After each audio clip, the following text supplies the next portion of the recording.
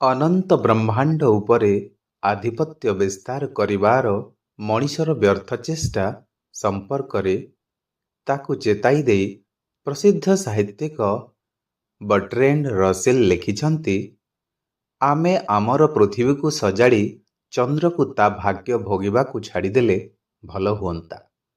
ବର୍ତ୍ତମାନ ପର୍ଯ୍ୟନ୍ତ ଆମର ମୂର୍ଖତା ପୃଥିବୀ ଭିତରେ ସୀମିତ ରହିଛି। ଏହାକୁ ବ୍ରହ୍ମାଣ୍ଡ ବ୍ୟାପୀ କରିବା ପାଇଁ ମୁଁ କୌଣସି କାରଣ ଖୋଜି ପାଉନାହିଁ, ଯାହା ପାଇଁ ବିଜୟୋତ୍ସବ ପାଳନ କରାଯିବ। ଚନ୍ଦ୍ରରେ ମଣିଷ ପହଞ୍ଚିଗଲା ତ କ'ଣ ହେଲା? ଆମେ ଯଦି ପୃଥିବୀକୁ ସୁଖୀ କରିପାରିଲେ ନାହିଁ ତ ଏଇ ପ୍ରଗତିର ମାନେ କିଛି ନାହିଁ।